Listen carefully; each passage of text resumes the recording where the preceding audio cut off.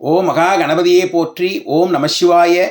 இந்த பதிவில் நம்ம எல்லோரும் சுந்தரமூர்த்தி நாயனார் அவர்கள் அருளிய மிக புகழ்பெற்ற தேவார பாடல், திருமழப்பாடி என்று சொல்லக்கூடிய திருத்தலத்தை பற்றிய பாடல். இது மிக மிக புகழ்பெற்ற பாடல். முதல் பாடலை பார்க்கலாம். இந்த புத்தகத்தில் கொடுத்திருக்கிற பாடல் எண் 92. பொன்னார் மேனியனே புலித்தோலை அரை கசைத்து மின்னார் செஞ்சடை மேல் மிளிர்கொன்றை அணிந்தவனே மன்னே மாமணியே மழவாடியில் மாணிக்கமே அன்னே உன்னை அல்லால் இனி யாரை நினைக்கேனே.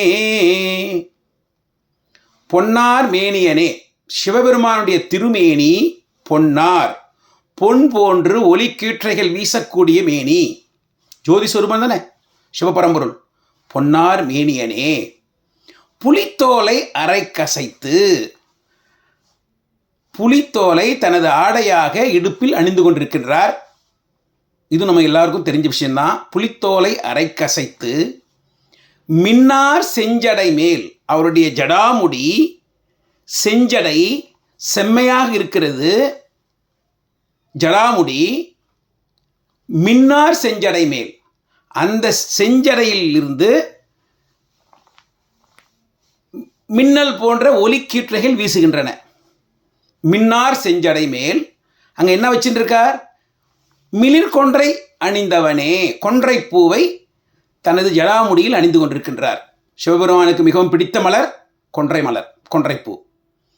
மின்னார் செஞ்சடை மேல் மிளிர் கொன்றை அணிந்தவனே, மன்னே என் மன்னவனே, என் அரசனே, என் தலைவனே, மன்னே மாமணியே, மணிகளில் சிறந்த மணி நவரத்னம், ரத்னமணி, ரத்னமாக திகழ்கின்றவர். மன்னே மாமணியே மழவாடியில் மாணிக்கமே, மழவாடி என்ற திருத்தலத்தில் மாணிக்கமாக ஒளிர்ந்து எங்களுக்கு அருள்பாலித்துக் கொண்டிருக்கும் சிவபெருமானே, என் அப்பனே. மன்னே மாமணியே மழவாடியில் மாணிக்கமே, அன்னே அன்னையே என் தாயே. அன்னே தாயாக வேண்டுகின்றார். அன்னே உன்னை அல்லால், உங்களை விட்டுட்டு, உங்கள் திருவடியை விட்டுட்டு இனி யாரை நினைக்கேனே, இனி யார்கிட்ட நான் போக போகிறேன்?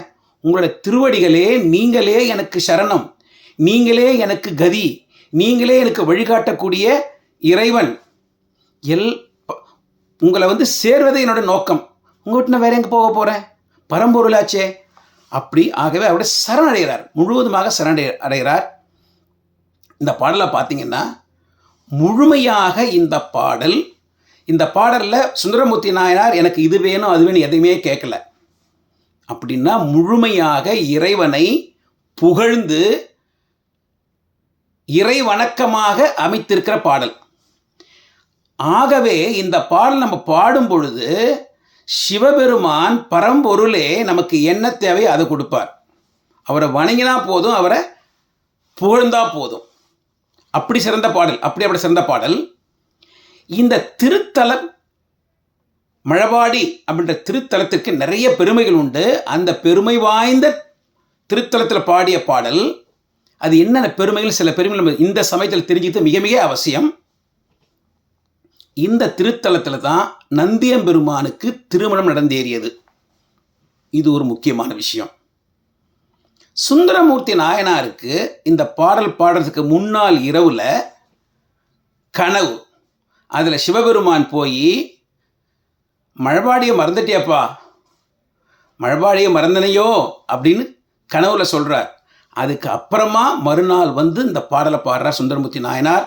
அப்படின்னா மழவாடியில் இருக்கின்ற சிவபெருமானுக்கு எவ்வளவு பெருமை, இந்த சுந்தரமூர்த்தி நாயனாருக்கு எவ்வளவு பெருமை, எல்லாவற்றிற்கும் மேலாக இந்த பாடலுக்கு எவ்வளவு பெருமை, அதை நாம் புரிந்து கொள்ள வேண்டும். அப்படின்னா இந்த பாடல் நம்ம பாடிண்டே இருக்கணும். அவ்வளோ சிறந்த பாடல். சிவபெருமான் கேட்டு வாங்கிய பாடல், அவர்கிட்ட வா பாடு அப்படின்னு கேட்டு வாங்கிய பாடல். ஆகவே மிக மிக சிறப்பான பாடல். இன்னொரு விஷயம் என்னன்னா, இந்த மழவாடியில் இருக்கிற சிவலிங்கம் பிரம்மலோகத்திலிருந்து கொண்டு வரப்பட்ட லிங்கம். ஆகவே இந்த லிங்கத்தை அதன் பிறகு பிரம்மன் எடுத்து போகிறதுக்கு முயற்சி பண்ணி முடியாமல், ஆகவே இதுக்கு வைரத்தூண் அப்படிங்கிற பெருமைக்குரிய லிங்க திருமேனி. நம்ம மார்க்கண்டேய மகரிஷி இந்த தலத்தில் தவம் செய்து அவருக்கு சிவபெருமான் மழுவை கையில் ஏந்தி நடனமாடி அவருக்கு காட்சி அருளினார். மழுவை கையில் ஏந்தி காட்சி அருளியதால் இந்த ஊருக்கு மழவாடி, அதுவே பின்னாளில் மழபாடி அப்படின்னு பெயர் மாறி இருக்கு. அவ்வளவு சிறப்பு உரியது. இப்போ பார்த்தீங்கன்னா இந்த கோவிலுக்கு நிறைய சிறப்புகள் இந்த மாதிரி இருக்கு. அவ்வளவு சிறப்பு வாய்ந்த கோவில் இருக்கிற சிவபெருமான் சுந்தரமூர்த்தி நாயனாரை கூப்பிட்டு எனக்கு பாடல் பாடுன்னு கேட்டு வாங்கிய பாடல்ன்றதுனாலையும், அடுத்தபடியாக இந்த பாடலில் முழுமையாக சிவபெருமானுடைய பெருமைகளை, அவருடைய உருவத்தை புகழ்ந்து வர்ணித்து போற்றுகிறார். ஆகவே நமக்கு எதையுமே வேணும் சொல்லாமல் பாடுறதுனால இந்த பாடலை நாமும் பாட பாட நமக்கு தேவையானவற்றை சிவபெருமானே முன்வந்து நமக்கு அருள்வார் என்பதில் எந்தவித சந்தேகமும் இல்லை. மிக மிக சிறந்த பாடல். முக்கியமாக இந்த மாதிரியான பாடல்கள்லாம் குழந்தைகள் பாட வேண்டும் தினம்தோறும். அவ்வளவு சிறந்த பாடல். மறுபடியும் பாடலை பார்க்குறேன், கேளுங்க. பொன்னார் மேனியனே புலித்தோலை அரைக்க சைத்து மின்னார் செஞ்சடை மேல் மிளிர்கொன்றை அணிந்தவனே மண்ணே மாமணியே மழபாடியில் மாணிக்கமே அன்னே உன்னையல்லால் இனி யாரை நினைக்கேனே. திருச்சிற்றம்பலம். ஓம் நம சிவாய. தவறாமல் இந்த கருத்துக்களை அந்த கமெண்ட் செக்ஷனில் பதிவு பண்ணுங்க. திருச்சிற்றம்பலம்.